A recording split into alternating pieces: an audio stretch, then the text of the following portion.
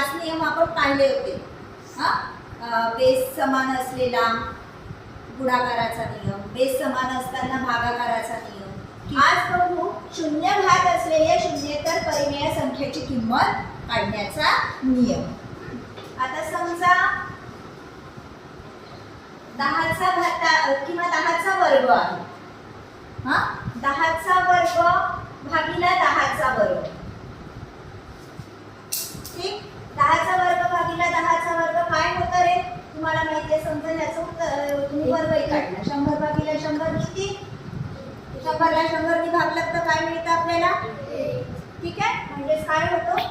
कटतो. ठीक, आता समजा तुम्ही याला जर नियम लावला 100चा वर्ग भागिले 100चा वर्ग, याचा आपण नियम पाहिला आहे. बेस कसा आहे? समान आहे. पाया कसा आहे? समान आहे. मग भागाकार करताना काय करता तुम्ही? घातांकाची काय करता? वजाबाकी.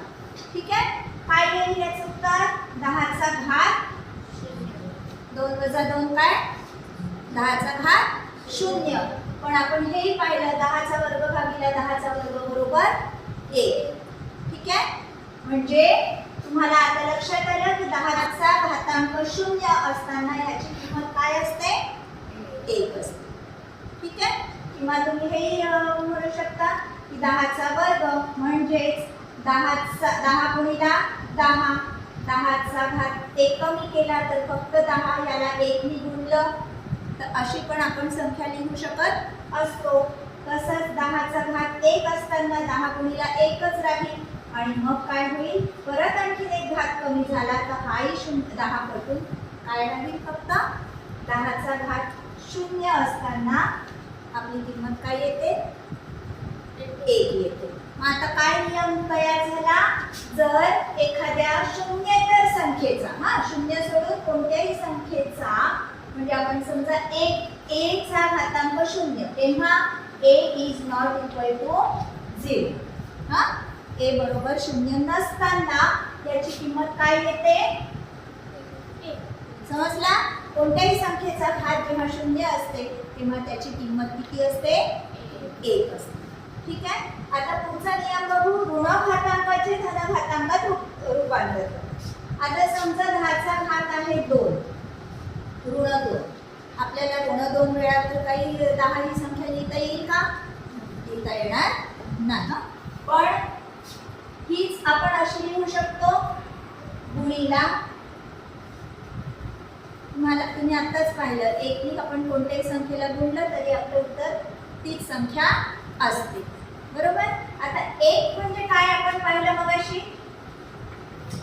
1 म्हणजे काय पाहिलं? 10चा घात 2 भागिले 10चा घात 2 असंही पाहिलं. किंवा 10चा घात 0 असताना 1 होतं हे पाहिलं. म्हणजे या पद्धतीने आपण हे लिहू शकतो. मग आता काय होईल? आता हे तुम्हाला माहिती आहे 10चा घात या 2चं काय होईल? बेस सगळा समान आहे तर काय होईल? 10चा घात ऋण 2 किंवा 10चा घात 2 भागिले 10चा घात 2. ठीक आहे, आता हे माहिती आहे तुम्हाला बेस समान आहे. 10चा बेस 10 बेस समान आहे आणि या घातांकाची काय होईल? गुणाकार करायचा आहे तर काय होईल? घातांकाची बेरीज होईल. खाली 10चा घात 2. तुम्हाला माहिती आहे 1 धन 1 ऋण काय होत असते?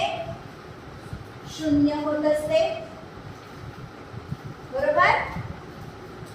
2 वजा 2 किती? 0. म्हणजे वर काय राहिलं? 10चा घात 0. 10चा घात 0 भागिले 10चा वर्ग. आता 10चा घात 0 असताना त्याची किंमत किती असते? कोणत्याही संख्येचा घात 0 असताना 1. आणि खाली 10चा घात 2. ठीक आहे, आलं लक्षात? म्हणजे केव्हाही जर ऋण घातांक हा जर ऋण संख्येमध्ये असेल तर काय होतं? त्याचा छेदामध्ये जाऊन त्याचा घातांक कसा होतो? धन होतो. निगेटिव्हचा पॉझिटिव्ह होतो. ठीक आहे, मग काय नियम तयार झाला आपला?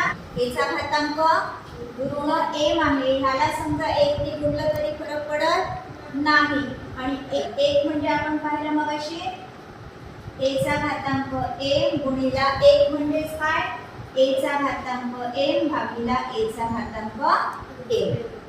ठीक आहे. मग आता काय होईल ह्या दोनचा गुणाकार आहे बेस समान आहे मग काय होईल m ऋण m अधिक धन m भागिला a चा घातांक m. ठीक. काय होईल मग आता ह्याचं a चा घातांक m वजा m किती 0 खाली राहिला a चा घातांक m a चा घातांक 0 असेल तेव्हा त्याची किंमत किती 1 भागिला a चा घातांक m. ठीक आहे. आलं लक्षात. कोणता अजून कोणता नियम तयार झाला आपला जेव्हा एखाद्या संख्येचा घातांक ऋण असतो तेव्हा आपण काय करायचं असतं त्या संख्येला छेदामध्ये लिहून घातांक काय करायचा धन करायचा. ठीक आहे. हे दोन नियम लक्षात आले. आणि हे वाचा आता वाक्य a चा घातांक m आणि a चा घातांक ऋण m ह्या परस्परांच्या गुणाकार व्यस्त संख्या आहेत. कसं सिद्ध करू आपण गुणाकार व्यस्त म्हणजे काय असतं दोन्ही संख्यांचा गुणाकार किती आला पाहिजे 1. हो ना हे माहिती आहे तुम्हाला. मग a चा घातांक m गुणिला a चा घातांक ऋण m. आता ऋण कोणत्याही संख्येचा घातांक ऋण असताना ते आपण संख्या कशी लिहितो a चा घातांक m गुणिला ह्याला काय करू छेदामध्ये घालू. ठीक आहे 1 बाय a चा घातांक m. ठीक आहे. हे दोन्ही कटले काय आलं उत्तर 1. ठीक आहे. म्हणजे a चा घातांक ऋण m कसं लिहिणार आपण 1 अंश छेदामध्ये काय a चा घातांक धन m. ठीक आहे. म्हणजे मग आपण काय म्हणू शकतो a चा घातांक m आणि a चा घातांक ऋण m या परस्परांच्या कशा गुणाकार व्यस्त संख्या आहेत. इथे काय लिहिलेलं आहे माझा घातांक 5 म्हणजेच काय 10 गुणिला 10 गुणिला 10 गुणिला 10 गुणिला 10. ठीक आहे. 10 गुणिला 10 100 100 गुणिला 10 1000 1000 गुणिला 10 10,000 10,000 गुणिला 10 1 लाख. 1 लाखावर शून्य किती असतात 5. समजा आपण 10 चा घात 4 लिहिलं 10 गुणिला 10 गुणिला 10 गुणिला 10 काय येईल याचं उत्तर 10 गुणिला 10 100 100 गुणिला 10 1000 1000 गुणिला 10 10,000. बरोबर. हा तुम्ही 100 10 चा वर्गही लिहिता तर काय असतं 100 असतं. काय लक्षात येतंय तुमच्या ह्याच्यावरून इथे किती शून्य आहे 10 चा घात 5 असताना काय करायचं सरळ सरळ 1 वर जेवढा घात असेल तेवढी आपली शून्य असतात. ठीक आहे. 10 चा वर्ग आहे म्हणजे 2च घात आहे 1 वर किती शून्य 2 शून्य. आता जेव्हा खूप मोठ्या संख्या लिहायच्या असतील आपल्याला लिहायचं समजा ही संख्या आपल्याला लिहायची आहे. वाचा बरं याचं वाचन करा बरं काय होईल एकक दशक शतक हा दश हजार लक्ष करोड आणि काय झालं हे 18 अब्ज. ठीक आहे. आपण ह्याला कसं लिहायचं आपल्याला हे एवढं मोठं लिहायचं नाहीये. हा आता कसं लिहिता येईल आपल्याला 18 गुणिला 10 चा घात किती शून्य आहे किती शून्य आहेत मोजा 1 2 3 4 5 6 7 8 9. ही संख्या कशी लिहिणार आपण 18 गुणिला 10 चा घात 9.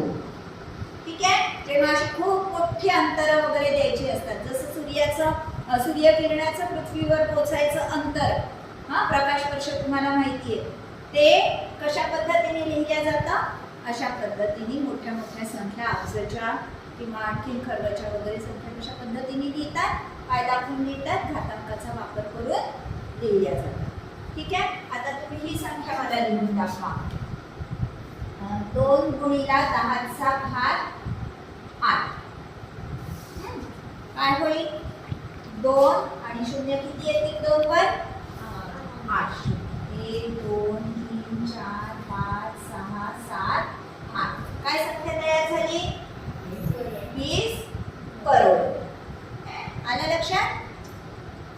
तर अशा पद्धतीने मोठ्या संख्यांचं लेखन कशा पद्धतीने कशाचा वापर करून केलं जातं? 10चा घात वापरून केलं जातं. व्हिडिओ आवडल्यास नक्की लाईक, शेअर आणि कमेंट करा. आणि हो, सबस्क्राईब केलं नसेल तर अवश्य सबस्क्राईब करा, म्हणजे मी नवीन अपलोड केलेल्या व्हिडिओजचे तुम्हाला नोटिफिकेशन्स मिळतील. धन्यवाद.